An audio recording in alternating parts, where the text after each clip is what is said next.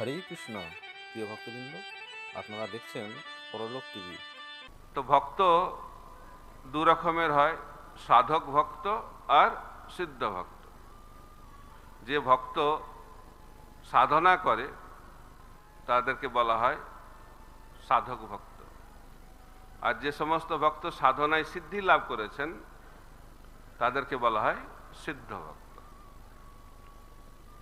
এবং সাধনা এবং সিদ্ধির মধ্যে একটা স্তর রয়েছে যেটাকে বলে ভাব ভক্তি।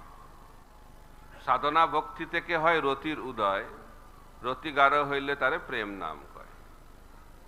সাধনা ভক্তি রতি, তারপরে প্রেম। ভাব ভক্তিকে রতি বলা হয়ে থাকে। তো সাধনা ভক্তির বিভিন্ন স্তর রয়েছে আমরা জানি। আদর, শ্রদ্ধা, তত সাধু সঙ্গ, ভজন ক্রিয়া, অনর্থ নিবৃত্তি, নিষ্ঠা, রুচি, আসক্তি। এটা হচ্ছে সাধনার বিভিন্ন স্তর, 7টি স্তর। তারপরে ভক্ত যখন সাধনায় সম্পূর্ণরূপে সিদ্ধি লাভ করে তখন প্রথমে ভাবের উদয় হয় এবং ভাবটা তারপরে প্রেমে পরিণত হয়। সাধনা ভক্তির সময় হৃদয়ে 3টি যে গুণ প্রকৃতির, জড়া প্রকৃতির, সেই গুণের প্রভাব থাকে।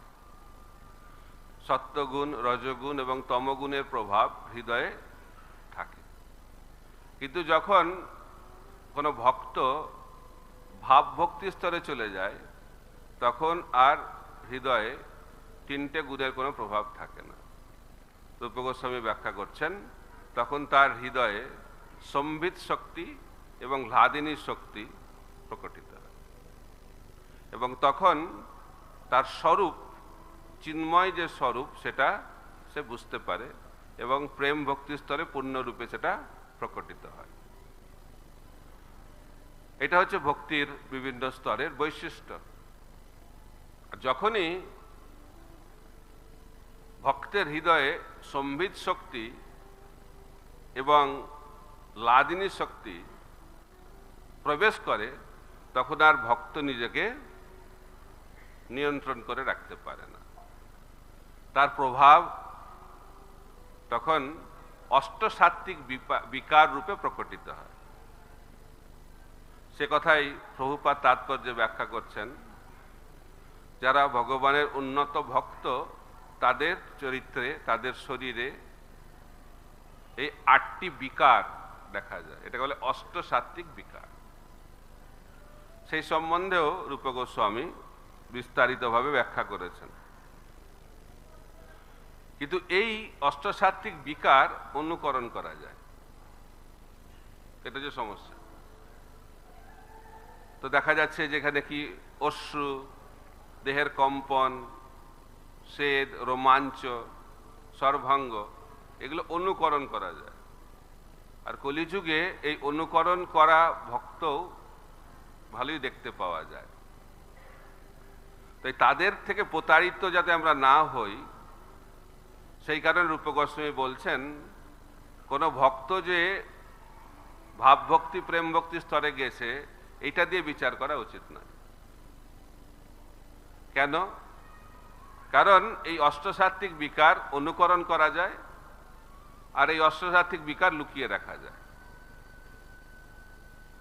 যারা সত্যি সত্যি অষ্টসাত্ত্বিক বিকার প্রাপ্ত হয়েছেন তারা এটাকে লুকিয়ে রাখতে পারে, আর যারা অষ্টসাত্ত্বিক বিকার এখনো লাভ করেননি সেটা আবার অনুকরণ করে প্রকট করতে পারে। তো সেই কারণে এটা বিচারের মাপকাঠি নয়। তো বিচারের মাপকাঠির জন্য রূপ গোস্বামী আর 9টি লক্ষণ ব্যাখ্যা করেছে এবং সেই 9টি লক্ষণকে কেউ অনুকরণ করতে পারবে না, আর এই 9টি লক্ষণকে কেউ লুকিয়ে রাখতে পারবে। অব্যর্থ কালোত্তম শ্লোকে রূপ গোস্বামী ব্যাখ্যা করছেন কিভাবে যে ভক্ত ভাবভক্তি স্তরে চলে গেছে তার 9টি লক্ষণ প্রকটিত হয়। তো এখানে সেই লক্ষণের কথা ব্যাখ্যা করা হয়নি। উদ্ধব এখানে তার অষ্টসাত্ত্বিক বিকার প্রকট করছেন। তো সেই সম্বন্ধে আলোচনা করার পূর্বে প্রভুপাদ বলছেন তাৎপর্যে যে উদ্ধব কৃষ্ণ স্মরণ করছে এবং কৃষ্ণ স্মরণ কেন হচ্ছে?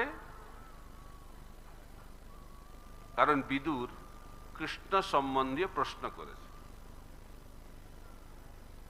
এটাই হচ্ছে ভক্ত সঙ্গের লক্ষণ। ভক্ত সঙ্গ হচ্ছে কি করে বুঝবো? যেখানে কৃষ্ণ সম্বন্ধীয় প্রশ্নোত্তর চলে, সেটা হচ্ছে ভক্ত সঙ্গ। মচ্চিত্ত মদ্গত প্রাণা বোধয়ন্ত পরস্পরম কথয়ন্তশ্চ মাং নিত্যং তুষ্যন্তি চ রমন্তি চ। তো প্রশ্ন কৃষ্ণ সম্বন্ধীয় হওয়া দরকার। এই জগতে প্রশ্ন চলছে, অনেক প্রশ্ন,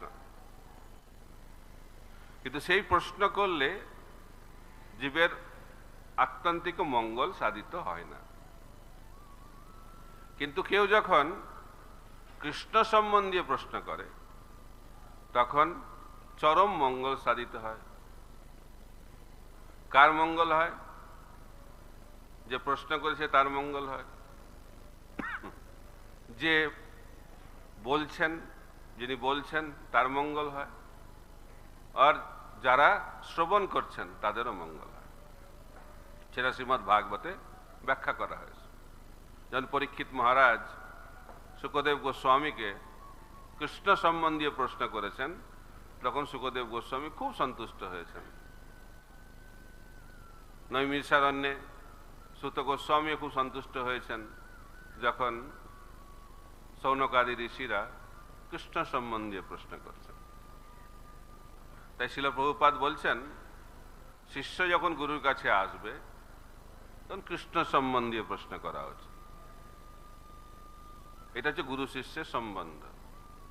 এবং সেই প্রশ্ন কিভাবে করতে হবে? তদ্বিদ্ধি প্রণিপাতেন পরিপ্রশ্নেন সেবয়া উপদেক্ষান্তিতে জ্ঞানম জ্ঞানীন তত্ত্ব দর্শিনা। খালি এসে প্রশ্ন করলে হবে না, প্রশ্ন করার আগে শরণাগত হতে হবে। অর্জুন যখন শরণাগত হলেন তখন অর্জুন প্রশ্ন করার যোগ্যতা অর্জন করলেন, এবং সেই কারণেই কৃষ্ণ অর্জুনকে ভগবদ গীতা শোনালেন। তাই শরণাগতিটা অত্যন্ত গুরুত্বপূর্ণ। ভক্তি মানে শরণাগতি, শরণাগতি মানে ভক্তি। কারণ শরণাগত হলেই ভগবানের কাছে আমরা পৌঁছতে পারব। ভক্তিবিনোদ ঠাকুর বলছেন, সরঙ্গ শরণাগতি হইবে যাহার, তাহার প্রার্থনা শুনে শ্রী নন্দকুমার। তাই প্রশ্ন করতে হবে, কিন্তু দৈন্যতা সহকারে। স্বরূপ দামোদর গোস্বামীর কাছে গেছেন রঘুনাথ দাস গোস্বামী। রঘুনাথ দাস গোস্বামী হচ্ছেন আমাদের প্রয়োজন আচার্য, বৈরাগ্যের চরম পরাকাষ্ঠা প্রতিমূর্তি। কিন্তু যেহেতু তিনি স্বরূপ দামোদরের অ্যাসিস্ট্যান্ট, তাই তিনি মহাপ্রভুকে সরাসরি প্রশ্ন করছেন। তিনি গিয়ে স্বরূপ দামোদরকে প্রশ্ন করছেন যে আমার এই প্রশ্ন রয়েছে। কি প্রশ্ন? আমি তো এখন সবকিছু ছেড়ে চলে এসেছি, এখন সন্ন্যাসী হয়ে গেছি, বৈরাগী জীবন যাপন করছি, কিন্তু আমি জানি না আমার কর্তব্যটা কি, আমি করবোটা কি সারাদিন, সেই সম্বন্ধে আমার কোনো ধারণা নেই। তো সেই সম্বন্ধে আমি জানতে চাই। তো স্বরূপ দামোদর গোস্বামী যখন শুনেছেন এই প্রশ্ন, বলছে আমি তো মহাপ্রভুর কাছে নিয়ে যাই। কারণ মহাপ্রভুর কাছে প্রশ্ন করেছে, কিন্তু কার মাধ্যম দিয়ে? স্বরূপ দামোদর গোস্বামীর মাধ্যম। তো মহাপ্রভুর কাছে গেছে স্বরূপ দামোদর গোস্বামী, যে রঘুনাথের প্রশ্ন রয়েছে। এটা শুনেই মহাপ্রভু বলছেন, তুমি যে প্রশ্ন করেছো তার উত্তর স্বরূপ দামোদর খুব ভালো জানে, কিন্তু যেহেতু তুমি আমাকেই প্রশ্ন করেছো, তো আমাকে তো কিছু উত্তর দিতে হবে। দেখুন দৈন্যতা কত! ভগবান শ্রী চৈতন্য মহাপ্রভু তিনি বলছেন যে প্রশ্ন রঘুনাথ করেছে তার উত্তর কে ভালো জানে? স্বরূপ দামোদর। তাই আমি তোমাকে অল্প সূত্রাকারে বলবো, আর বিস্তারিতভাবে যদি জানতে চাও পরে স্বরূপ দামোদরের কাছে তুমি প্রশ্ন করে সেই উত্তর পাওয়ার চেষ্টা করো। তো মহাপ্রভু কি বলছেন? মহাপ্রভুর সবকিছু হচ্ছে ছোট, বেশি বিস্তারিত কোনো কিছু ব্যাখ্যা তিনি করেননি। কোনো বই লিখলেন না, 8টা শ্লোক লিখলেন। আর এখানে তিনি দুটি শ্লোকে খুব সুন্দরভাবে ব্যাখ্যা করছেন, স্বরূপ দামোদরের প্রশ্নের উত্তর দিচ্ছেন। তিনি বলছেন, গ্রাম্য কথা না শুনিবে, গ্রাম্য বার্তা না কহিবে, ভালো না খাইবে আর ভালো না পরিবে, অমানি মানদ হইয়া কৃষ্ণ নাম সাদা লবে, ব্রজে রাধা কৃষ্ণ সেবা মানসে করিবে। এই দুটো শ্লোকের মাধ্যম দিয়ে যারা বৈরাগ্য জীবন যাপন করছে তাদের জীবনের সার তিনি ব্যাখ্যা করেন। কিন্তু প্রথমটা বৈরাগ্য, মানে বৈরাগ্যের প্রথম লক্ষণ হচ্ছে কি থেকে বৈরাগ্য, কি ধরনের শ্রবণ কীর্তন হচ্ছে, এইটা হচ্ছে প্রথম। আগেই বলছেন না অন্য কিছু বৈরাগ্য, প্রথমে বলছেন গ্রাম্য কথা না শুনিবে, গ্রাম্য বার্তা না কহিবে।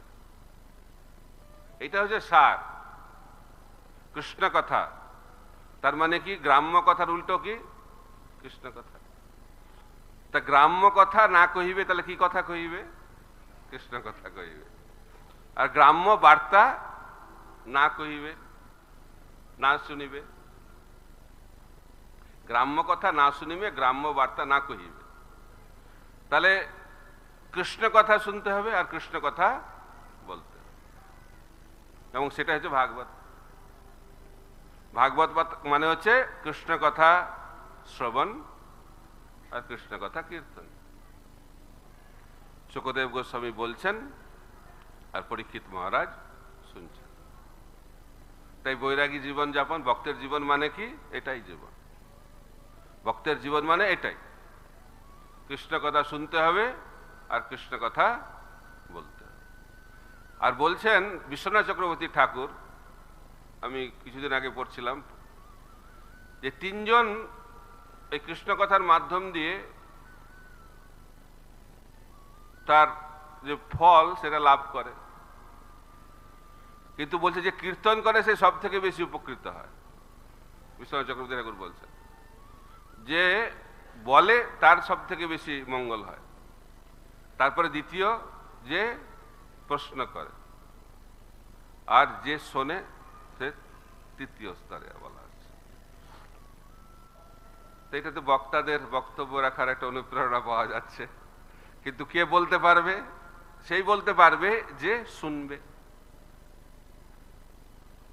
যে ভালো শ্রবণ করবে সে ভালো বলতে পারবে। যেমন পরীক্ষিত মহারাজের কাছে যখন শুকদেব গোস্বামী বলছেন, সুত গোস্বামী খুব সুন্দরভাবে শুনেছিলেন, তো সেই কারণে সুত গোস্বামী পরে বলতে পারলেন। শুকদেব গোস্বামী ব্যাসদেবের কাছে শুনেছিলেন, তাই জন্য শুকদেব গোস্বামী খুব সুন্দরভাবে বলতে পারলেন। শিল প্রভুপাদ সম্বন্ধে বলা হচ্ছিল যে শিল ভক্তিচন্দ্র সরস্বতী ঠাকুর প্রভুপাদ বলতেন যে অভয় আমি যখন ক্লাস দিই খুব ভালোভাবে শোনে, সবাই উঠে গেলেও ও উঠবে না, শেষ পর্যন্ত বসে থাকবে। সেই কারণেই শিল প্রভুপাদ আদর্শ গুরুতে পরিণত হয়েছেন। তাই আমরা যদি ভালো উন্নত ভক্ত হতে চাই, আমাদেরকে শুনতে হবে। নিত্য সিদ্ধ কৃষ্ণ প্রেম সাধ্য কবু নয়, শ্রবণ আদি। অন্য কিছু করতে হবে, কিন্তু কি দিয়ে শুরু, শ্রবণ, শুনতে হবে। আর কিভাবে শুনতে হবে, প্রভুপাদ বলতেন ধ্যান সহকারে। প্রভুপাদ বলতেন হিয়ার উইথ র্যাপ্ট অ্যাটেনশন, অত্যন্ত মনোযোগ সহকারে শ্রবণ করতে হবে। কিন্তু আমাদের সমস্যাটা হচ্ছে মনোযোগ দিলেই চোখটা আর খুলতে চায় না, এটাই সমস্যা। মনোযোগ হচ্ছে না। কেন হচ্ছে না? তমগুণের ফলে চোখটা বন্ধ হয়ে যায়, রজগুণের প্রভাবে মনটা এদিক ওদিকে থাকে, চোখটা খোলা থাকে, মন এদিক ওদিকে দৌড়ায়। কিন্তু সত্যগুণে থাকলে মনোযোগ সহকারে শোনা যাবে। এই জন্য শ্রীমদ্ ভাগবতের প্রথমেই ব্যাখ্যা করা হচ্ছে যে ভক্তদেরকে সত্যগুণে থাকতে হবে, কারণ সত্যগুণে থাকলে শ্রবণ কীর্তন ভালো হয়, এবং তারপরে সত্যগুণ থেকে খুব তাড়াতাড়ি শুদ্ধ সত্যে আমরা চলে যেতে পারব। কারণ শুদ্ধ সত্য হচ্ছে ভাবভক্তি স্তর, ত্রিগুণাতীত শুদ্ধ সত্য। সেই শুদ্ধ সত্ত্বে অষ্টসাত্ত্বিক বিকার হয়। সেটা গেল প্রশ্ন, কৃষ্ণের সম্বন্ধে প্রশ্ন, এবং তার উত্তরে কি হয়? কৃষ্ণ স্মরণ। এখানে উদ্ধব প্রশ্ন শোনার সঙ্গে সঙ্গেই কৃষ্ণ স্মরণ হচ্ছে। তার মানে শ্রবণ কীর্তন খুব তীব্রভাবে হয়েছে। তীব্রেণ ভক্তি যোগে, তীব্র ভক্তি। তীব্র ভক্তিটা কি? তীব্র ভক্তি তীব্রেণ ভক্তি যোগেন। আর এক জায়গায় বলা হয়েছে শ্রীমদ্ ভাগবতে, তীব্রেণ ভক্তি যোগেন যজতং পুরুষং পরম সবই পুংস পর ধর্ম যত ভক্তির অদক্ষজে অহৈতুকী অপ্রতিহতা জয়াত্মা সুপ্রতিশোধী। ওই সিরিজে বলা হয়েছে তীব্রেণ ভক্তি যোগেন, তীব্রভাবে ভক্তি করতে হবে। তো পরীক্ষিত মহারাজ তিনি তীব্রেণ ভক্তি যোগেন শুনছেন 7 দিন 7 রাত। দশম স্কন্ধ যখন শুরু হয়েছে, শুকদেব গোস্বামী ভাবছেন একটু রেস্ট দিলে ভালো মনে হচ্ছে পরীক্ষিতকে এখন, কারণ এত দিন হয়ে গেল, 3 দিনের বেশি হয়ে গেল, 4 দিন চলছে, খাওয়া দাওয়া তো বন্ধ, জলও খাচ্ছে না, কোনো বিশ্রাম নেই, তো একটু রেস্ট দিলে ভালো। এরকম মনোভাব মনে হয় শুকদেব গোস্বামীর মধ্যে এসেছে, আচার্যরা ব্যাখ্যা করছেন। তো সেটা বুঝতে পেরেছে পরীক্ষিত মহারাজ যে শুকদেব গোস্বামী মনে হয় এখন একটু কথা বিরাম রাখবে। তিনি সঙ্গে সঙ্গে বলছেন পরীক্ষিত মহারাজ, না না, আমার কোনো ক্ষুধা তৃষ্ণা কিচ্ছু লাগছে না, আপনি বিস্তারিতভাবে কৃষ্ণ কথা বলতে থাকুন। আপনি ভাববেন না যে যেটা আমি করেছিলাম অতীতে। অতীতে কি করেছিল পরীক্ষিত মহারাজ? তৃষ্ণাতে আক্রান্ত হয়ে তার বুদ্ধি কাজ করছিল না, এবং তিনি একটা মৃত সর্প সৌমিক ঋষির গলায় দিয়ে দিয়েছিলেন। তাই ভাবছেন যে এটা তো জানে শুকদেব গোস্বামী, তাই ভাবছে যে তাকে একটু সুযোগ দিলে ভালো, নাহলে আবার কিছু করে বসে কিনা। তো পরীক্ষিত মহারাজ বলছেন, না, এটা আর হবে না, কারণ এখন আপনার মুখ থেকে আমি এখন অমৃত পান করছি। কৃষ্ণ কথার অমৃত পান করার ফলে আমার এখন আর কোনো ক্ষুধা তৃষ্ণা নিদ্রা কিচ্ছু লাগছে না। তো সেই কারণে কৃষ্ণ স্মরণ তখনই হবে যখন আমরা তীব্রভাবে ভক্তি যোগ করব। সেই তীব্রেণ ভক্তি যোগের ফল হচ্ছে কৃষ্ণ স্মরণ। আর এটাই হচ্ছে সমস্ত বেদ বেদান্তের সার, ভগবদ গীতারও সার। ভগবদ গীতাতে বলা হচ্ছে, ভগবান বলছেন মনমনা ভব, আমার কথা স্মরণ কর, আমাকে স্মরণ কর। তাই কৃষ্ণকে স্মরণ করলে কি হবে? কৃষ্ণকে স্মরণ করলে কি হবে? ভগবান বলছেন, অন্তকালে চ মামেব স্মরণ মুক্তা কলেবরম জয় প্রয়াতি সমদ্ভাবম জাতি নস্তত্র অসংশয়। যদি কৃষ্ণ স্মরণ হয় তাহলে শরীর ছাড়ার পরে ভগবত ধাম। তো অনেকে ভাবে যে এখন তো স্মরণ করতে বলেনি, মৃত্যুর সময় করলেই তো হয়ে যাবে, এখন একটু অল্প স্বল্প তীব্র ভক্তি না করলেও চলবে, অল্প একটু ভক্তি করলে হয়ে যাবে, আর মৃত্যুর কয়েকদিন আগে তীব্র ভক্তি করে ঠিক ম্যানেজ করে বেরিয়ে যাব, এই বুদ্ধিটা আমরা লাগাই। কিন্তু বুঝতে হবে যে আমি এখন যেটা করছি সেটাই মৃত্যুর সময় হবে। প্রভুপাদ বলছেন প্রতিদিন রাত্রে আমাদের মৃত্যু হচ্ছে। তখন আমরা যখন রাত্রেবেলায় ঘুমাচ্ছি, চোখটা বন্ধ হচ্ছে, তখন কি স্মরণ হচ্ছে? গতি সেখানেই হবে। এটা বুঝতে খুব একটা কঠিন নয়। চোখ বন্ধ হলে কি চিন্তা হচ্ছে, তাই না? মৃত্যুর সময় তো চোখটা পূর্ণরূপে বন্ধ হয়ে যাবে, তো সেই চিন্তাটাই তখন হবে যখন যে চিন্তাটা এখন হচ্ছে। তাই অভ্যাস এখন করতে হবে, কারণ যেটা এখন অভ্যাস করব সেটাই আমি অন্তিমে লাভ করব। তো সাধনা অত্যন্ত গুরুত্বপূর্ণ। তা স্মরণ তখনই হবে যখন আমরা নিয়মিতভাবে কৃষ্ণ কথা শ্রবণ করব। নিত্যম ভাগবত সেবয়া। নিত্য মানে কি? প্রতিদিন আমরা বলছি নিত্য ভাগবত সেবা। অনেকে বলে নিত্য মানে কমপক্ষে প্রতিদিন, কিন্তু নিত্য মানে হচ্ছে 24 ঘন্টা। আসল নিত্য মানে এটা আবার কি করে সম্ভব? 24 ঘন্টা হয় নাকি কখনো সম্ভব? এটা কি মনে হচ্ছে? কীর্তনীয় সদা হরি, সব জায়গায় সদা, নিত্য। এটা সম্ভব? প্রভুপাদকে একজন গিয়ে প্রশ্ন করেছে, প্রভুপাদ আপনি বলছেন 24 ঘন্টা কৃষ্ণ চিন্তা করছেন, ঘুমাবো তখন কৃষ্ণ চিন্তা কি করে হবে? প্রভুপাদ বলছে, যখন জেগে থাকো কার চিন্তা হচ্ছে? জাগ্রত অবস্থায় কি চিন্তা হয়? আগে ওইটা ঠিক করো, তারপরে দেখা যাবে ঘুমানোর সময়। এখন তো জব করতে গিয়ে ঘুম আসে, আর আমাদের কি ইচ্ছা? ঘুমের সময় জব হবে, তাই না? ঘুমোতে ঘুমোতে জব। এটা কিন্তু বাস্তব। যারা শুদ্ধ ভক্ত তারা ঘুমন্ত অবস্থাতেও ভগবানের স্মরণ করে এবং নামও উচ্চারিত হয়। অর্জুনকে দেখিয়েছিল না, কৃষ্ণকে বলছে, আরে তুমি অর্জুনের প্রতি এত আসক্ত কেন? তো দেখিয়েছে অর্জুন ঘুমাচ্ছে, আর অর্জুন ঘুমাচ্ছে কিন্তু তখনও কৃষ্ণ নাম হচ্ছে নিঃশ্বাস প্রশ্বাস থেকে। তো এখন যখন আমরা জাগ্রত অবস্থায় সবসময় কৃষ্ণকে স্মরণ করব, কৃষ্ণ নাম করব, তখন ধীরে ধীরে ধীরে ধীরে সেটা অভ্যাসে পরিণত হবে। এবং তখন আমরা যখন শুয়ে থাকব, ঘুমিয়ে যাব, সেই সময়েও সেই অভ্যাসের ফলে কৃষ্ণ নাম হতে থাকবে। এবং সেটাই হচ্ছে মুক্ত ভক্তের লক্ষণ। এটা হচ্ছে কীর্তনীয় সদাহরি, আর সবসময় কৃষ্ণ স্মরণ করা। উদ্ধব হচ্ছে সেই স্তরের ভক্ত। কিন্তু এটা অনেকে দেখে বোঝা যাবে না, বাইরে থেকে দেখে বোঝা যায় না। তার দুটো সুন্দর কাহিনী চৈতন্য ভাগবতে ব্যাখ্যা করা হয়েছে। একটা হচ্ছে পুণ্ডরিক বিদ্যানিধি, একটা হচ্ছে শ্রীবাস ঠাকুর। পুণ্ডরিক বিদ্যানিধি হচ্ছে ভগবানের শুদ্ধ ভক্ত, নিত্য সিদ্ধ ভক্ত। তো তাকে চানে হচ্ছে মুকুন্দ। চট্টগ্রাম থেকে এসে গেছে নবদ্বীপে পুণ্ডরিক বিদ্যানিধি। তো মুকুন্দ আর গদাধর পণ্ডিত হচ্ছে বন্ধু, তারা খুব ঘনিষ্ঠ। আর গদাধর পণ্ডিত তো অত্যন্ত উন্নত ভক্ত, বৈরাগ্য জীবন।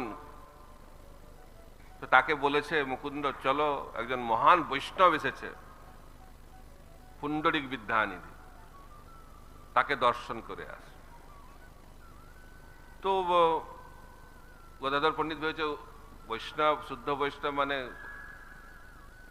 বৈরাগ্য জীবন যাপন হবে।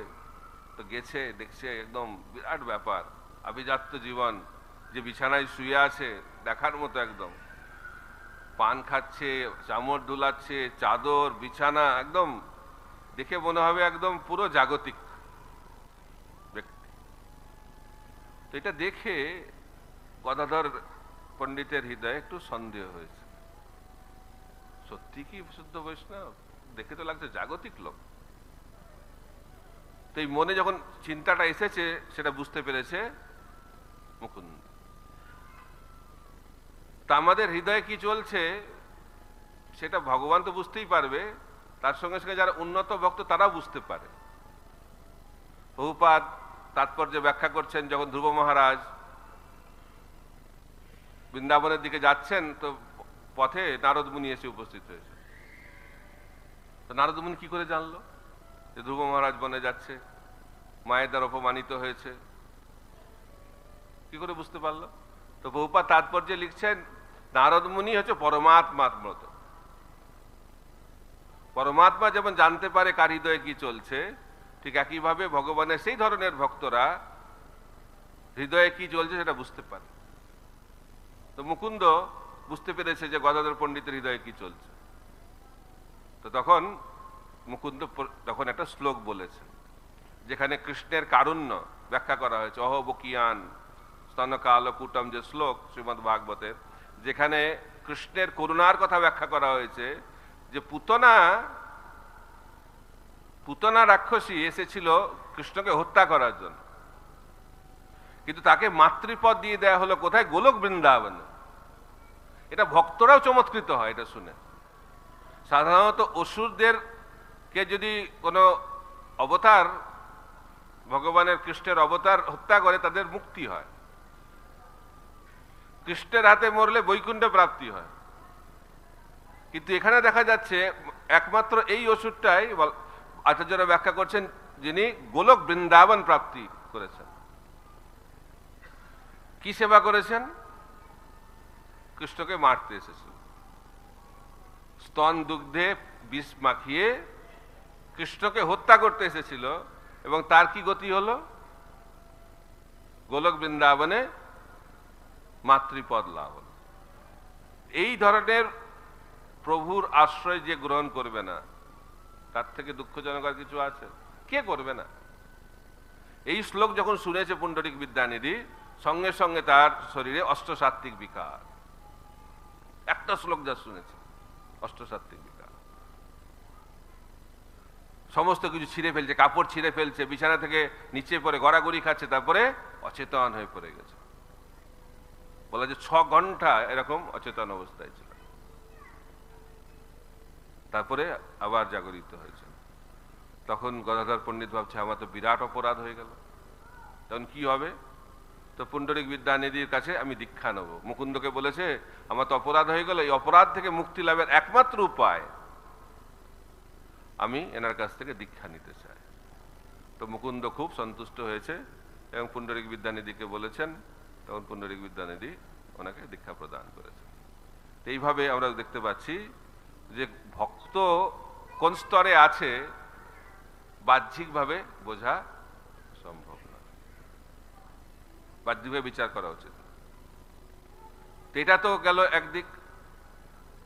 আরেকটা হচ্ছে দেবানন্দ পণ্ডিত ছিলেন ভাগবত পাঠে অত্যন্ত পারদর্শী পণ্ডিত, সত্যিই পণ্ডিত দেবানন্দ পণ্ডিত, কিন্তু যা ব্যাখ্যা, ভক্তির ব্যাখ্যা করে না। আর চৈতন্য মহাপ্রভুর জন্য অত্যন্ত রাগ, প্রচন্ড ক্রোধ। কিন্তু উনি আরো ক্রোধান্বিত হয়েছেন যখন উনি জানতে পেরেছেন যে শ্রীবাস ঠাকুরকে দেবানন্দ পণ্ডিত ভালোভাবে ব্যবহার করেনি। কারণ একদিন দেবানন্দ পণ্ডিত ভাগবত ব্যাখ্যা করছিলেন, তার অনেক ছাত্ররা সামনে বসে শুনছিল, তো সেখানে শ্রীবাস ঠাকুর গিয়ে উপস্থিত হয়েছেন এবং শ্রীবাস ঠাকুরের অষ্টসাত্ত্বিক বিকার দেখা দিয়েছে, অষ্টসাত্ত্বিক বিকার। এবং সেটা দেখে ভাবছি আরে তো ডিস্টার্ব করছে, আমরা এত সুন্দরভাবে শুনছিলাম, আমাদের ক্লাসে ডিস্টার্ব করে দিয়েছে শ্রীবাস ঠাকুর। তো কি করা যায়? তারা একসঙ্গে যুক্তি করে শ্রীবাস ঠাকুরকে ক্লাস থেকে ঘরের বাইরে বার করে দিয়েছে। কিন্তু সেটা দেখছে কে? দেবানন্দ পণ্ডিত। কিন্তু দেবানন্দ পণ্ডিত কোনো প্রতিবাদ করেনি। এই জন্য মহাপ্রভু অত্যন্ত ক্রোধান্বিত হয়েছেন। পরে যখন তিনি বক্রেশ্বর পণ্ডিতকে সেবা করেছিলেন, তারপরে মহাপ্রভু তাকে ক্ষমা করেছিলেন। তো এইভাবে আমরা দেখতে পাচ্ছি যে ভক্তের স্থিতি আমরা বাহ্যিকভাবে বুঝতে পারবো না, কিন্তু ভক্তের এটাই লক্ষণ, যখন ভাগবতের কথা শুনবে, কৃষ্ণ সম্বন্ধে কিছু শুনবে, তাকে আর ধরে রাখতে পারে না, তার মধ্যে অষ্টসাত্ত্বিক বিকার প্রকটিত হয়। আর কলিযুগে মহাপ্রভু দেখাচ্ছেন কিভাবে এই প্রেম তিনি দিয়েছেন নামের মাধ্যম দিয়ে, নামের মাধ্যম দিয়ে। এখানে কৃষ্ণ কথার মাধ্যম দিয়ে কৃষ্ণ প্রেম আমরা শুনলাম, আর মহাপ্রভু তিনি প্রেম দিচ্ছেন নামের মাধ্যম দিয়ে। কারণ বলা হচ্ছে কলিযুগে নামই হচ্ছে সমস্ত সাধনার সার। ভজনের মধ্যে শ্রেষ্ঠ নববিধা ভক্তি, কৃষ্ণ প্রেম কৃষ্ণ দিতে ধরে মহাশক্তি, তার মধ্যে সর্বশ্রেষ্ঠ নাম সংকীর্তন, নিরাপরাধে নাম লইলে পাই প্রেম ধন। তো বলা হচ্ছে যে ভজনের যে বিভিন্ন অঙ্গ রয়েছে, আমরা জানি ভজনের অঙ্গ সনাতন গোস্বামী অনেক ভজনের অঙ্গ ব্যাখ্যা করেছেন হরিভক্তি বিলাস। তো লিখে ভাবছে যে এত লিখলাম, কলিযুগে লোকের এগুলো তো সম্ভব না এগুলো করা। তো ওনার ভাই আর একটু করুণাময়, তো তিনি ভাবলেন যে এত লিখেছে আমার দাদা, আমি এটাকে একটু ছোট করে দিই। তাই তিনি লিখলেন ভক্তি রসামৃত সিন্ধু, সেখানে ভক্তির 64টি অঙ্গের কথা ব্যাখ্যা করুন, 64টি অঙ্গ। তো 64টি অঙ্গ লেখার পরে তিনি ভাবলেন যে 64টি অঙ্গ তো করার দূরের কথা, মনে রাখাই কঠিন কলিযুগের মানুষের পক্ষে। তাই তিনি ভাবলেন যে 5টা আমি দেব মন প্রধান অঙ্গ, যেটা মনে রাখাও সম্ভব আর করাও সম্ভব। তিনি বললেন সাধুসঙ্গ, নাম কীর্তন, ভাগবত শ্রবণ, মথুরাবাস শ্রীমূর্তির শ্রদ্ধাই সেবন। এটা যে 5 পঞ্চাঙ্গ ভক্তি বলা হয়। সাধুসঙ্গ, হরিনাম, ভাগবত শ্রবণ, মথুরাবাস আর শ্রী বিগ্রহের সেবা। এই শ্লোকে যেটা আমি আগে বললাম যে ভজনের মধ্যে শ্রেষ্ঠ নববিধা ভক্তি। প্রহ্লাদ মহারাজ বলেছেন শ্রবণম কীর্তনম বিষ্ণু স্মরণম পাদ সেবনম অর্চনম বন্দনম দাস্যম সাক্ষ্যম আত্মনিবেদনম। এটা হচ্ছে নববিধা ভক্তি। কেন এটা শ্রেষ্ঠ? কৃষ্ণ প্রেম, কৃষ্ণ দিতে ধরে মহাশক্তি। এই নববিধা ভক্তির মধ্যে এত শক্তি রয়েছে যে কৃষ্ণ প্রেম এবং কৃষ্ণ দিতে পারে। তার মধ্যে সর্বশ্রেষ্ঠ নাম সংকীর্তন। এই নববিধা ভক্তির মধ্যে সর্বশ্রেষ্ঠ হচ্ছে নাম সংকীর্তন। নিরাপরাধে নাম লইলে প্রায় প্রেমধন। কিন্তু আমরা যদি অপরাধ শূন্য হয়ে নাম করি তাহলে কৃষ্ণ প্রেম লাভ হবে অচিরাত। কিন্তু সমস্যা হচ্ছে কৃষ্ণ প্রেম পেতে গেলে শুদ্ধভাবে নাম করতে হবে। কিন্তু নাম করলে সবকিছু পাওয়া যায়। নাম চিন্তামণি, নাম চিন্তামণি কৃষ্ণ চৈতন্য রস বিগ্রহ পূর্ণ শুদ্ধ নিত্য মুক্ত অভিন্নতাক নাম নামিন। তো নাম তো চিন্তামণি, যা চাইবে তাই পাওয়া যাবে। তাই 3টে স্তরে নাম করা যায়। অপরাধযুক্ত নাম, নামাবাদ, শুদ্ধ নাম। তো অপরাধযুক্ত নাম করলে কি লাভ হবে? জড়জাগতিক প্রকৃতি। আর এটাতেই অনেকে আটকে যায়। বাহ, ভালো তো। নাম, ভগবান তো অত্যন্ত করুণাময়। নাম করার সঙ্গে সঙ্গেই চাকরিতে প্রমোশন হয়ে গেল, ব্যবসায় লাভ তো বেড়ে গেল, ছেলে তো ভালো পড়াশোনা করছে, মেয়ের ভালো বিয়ে হয়ে গেল। বাহ, 16 মালা কেন, 32 মালা করবো এখন। তারপরে কিছুদিন পরে দেখা গেল চাকরিও গেছে, ব্যবসায় লস। তখন কি হবে? তাহলে জব করে কি লাভ? যারা জব করে না তারা তো ভালো আছে। আমি তো জব করে দেখছি আমার জীবনটা আরো খারাপ হয়ে গেল। জব বন্ধ করে দাও। এটা হচ্ছে অপরাধযুক্ত নাম। নামের মধ্যে কোনো শ্রদ্ধা নাই। নাম চিন্তামণি, এটা যে চিন্ময় বস্তু সেই সম্বন্ধে কোনো জ্ঞান নেই। এটা হচ্ছে অপরাধযুক্ত নাম। তারপরে নামাভাস, নামাভাসে মুক্তি। কিন্তু শুদ্ধ নামে কৃষ্ণ প্রেম। তাই চৈতন্য মহাপ্রভু কি দিতে এসেছেন আমাদেরকে? স্বর্গসুখ দিতে এসেছেন, মুক্তি দিতে এসেছেন, না কি দিতে এসেছেন? তিনি এসে কৃষ্ণ প্রেম দিতে এসেছেন। আরাধ্য ভগবান ব্রজস তনয় তদ্ধাম বৃন্দাবনম রম্মা কাচিত উপাসনা ব্রজবধূ বর্গনা যা কল্পিতা শ্রীমদ্ ভাগবতম প্রমাণম অমলম প্রেমাপুমার্ত মহান শ্রী চৈতন্য মহাপ্রভুর মতমিদম তত্র আদরণ পরহ। মহাপ্রভু এসেছেন আমাদেরকে কৃষ্ণ প্রেম দিতে। অনর্পিত চরিং চিরাত করুণা অবতীর্ণ কলৌ সমর্পয়িত উন্নত উজ্জ্বল রসাং সভক্তি শ্রিয়ম হরিপুরাট সুন্দর দতি কদম্ব সন্দীপিত সদা হৃদয় কন্দরে স্ফুরতুবা সচিনন্দন। তো মহাপ্রভু আমাদেরকে ভক্তি দিতে এসেছেন। কোন ভক্তি? শুদ্ধ ভক্তি। আবার শুদ্ধ ভক্তির 3টে স্তর: সাধন ভক্তি, ভাব ভক্তি, প্রেম ভক্তি। তো মহাপ্রভু এসেছেন কি দিতে? প্রেম ভক্তি। আর কোন প্রেম ভক্তি? উন্নত উজ্জ্বল রসাং, ব্রজ প্রেম ভক্তি, সর্বশ্রেষ্ঠ। নাম সংকীর্তন তিনি দিতে আসেননি, তিনি দিতে এসেছেন প্রেম সংকীর্তন। গোলকেরও প্রেমধন হরিনাম সংকীর্তন। হরে কৃষ্ণ কৃষ্ণ কৃষ্ণ হরে হরে, হরে রাম রাম রাম হরে হরে। এই নামের মাধ্যম দিয়ে তিনি প্রেম দিয়েছেন সবাইকে। তো শুরু করেছেন কোথা থেকে? শ্রীবাস অঙ্গন থেকে। নবদ্বীপেই শুরু হয়েছে, এইখানেই শ্রীবাস অঙ্গনে। নারায়ণী শ্রীবাস ঠাকুরের ভাইজি, নারায়ণী ডাকছে। বাপু বলছেন আমি এখানে নামের মাধ্যম দিয়ে সবাইকে প্রেম দেবো, বিশ্বাস করো তোমরা? নারায়ণী এদিকে এসো। 4 বছরের বয়স, 4 বছর। বলো তো হরিনাম করো, বলো হরি বল। হরে কৃষ্ণ কৃষ্ণ কৃষ্ণ হরে হরে, হরে রাম রাম রাম হরে হরে। সঙ্গে সঙ্গে কৃষ্ণ প্রেমে পাগল, অষ্টসাত্ত্বিক বিকার, গড়াগড়ি খাচ্ছে নারায়ণ। দেখেছেন নামের প্রভাব। তো মহাপ্রভু সন্ন্যাস নিয়ে জগন্নাথ পুরী থেকে যাচ্ছে দক্ষিণ ভারতে। দক্ষিণ ভারতে যাবে, প্রথম প্রচার ক্ষেত্র দক্ষিণ ভারত। তো রাস্তা দিয়ে হাঁটছে, তখন তার ট্রেন গাড়ি ফ্লাইটে না, হেঁটে হেঁটে যাচ্ছে। অপূর্ব সৌন্দর্য মহাপ্রভুর অস্ত্র হচ্ছে নাম, আর মহাপ্রভুর অস্ত্র হচ্ছে তার সৌন্দর্য। এটা ব্যাখ্যা করছে আচার্যরা। তো মহাপ্রভুর সৌন্দর্য দেখে গ্রামের লোকেরা পাগল হয়ে গেছে, দেখতে এসেছে। আর কে যাচ্ছে কে যাচ্ছে? তো মহাপ্রভু দেখছে কয়েকজন এসে গেছে, তখন মহাপ্রভু বলছে হরি বল, হরি বল। আর সঙ্গে সঙ্গে তারাও বলছে হরি বল। আর মহাপ্রভু এত আনন্দ পেয়েছে, আরে আমি বললাম আর সঙ্গে সঙ্গে হরিনাম করছে, কৃতজ্ঞ হয়ে গেছে, চরম কৃতজ্ঞ। আর সঙ্গে সঙ্গে কৃতজ্ঞতার প্রেম আলিঙ্গন দিয়েছে। আর প্রেম আলিঙ্গন দেওয়ার সঙ্গে সঙ্গেই অষ্টসাত্ত্বিক বিপার, কৃষ্ণ প্রেম। কোনো মঙ্গল আরতি নাই, দীক্ষা নাই, গ্রন্থ বিতরণও নাই, তাও কৃষ্ণ প্রেম, একটা খালি প্রেম আলিঙ্গন। তো মহাপ্রভু তো প্রেম আলিঙ্গন দিয়ে কৃষ্ণ প্রেম দিয়েছে। আর নিত্যানন্দ প্রভুর শক্তি, গুরুমা সেনকে বলছিলেন যে মহাপ্রভুর থেকেও নিত্যানন্দ প্রভু আরো দয়াময়। তো নিত্যানন্দ প্রভুকে আলিঙ্গনও করতে হয় তার।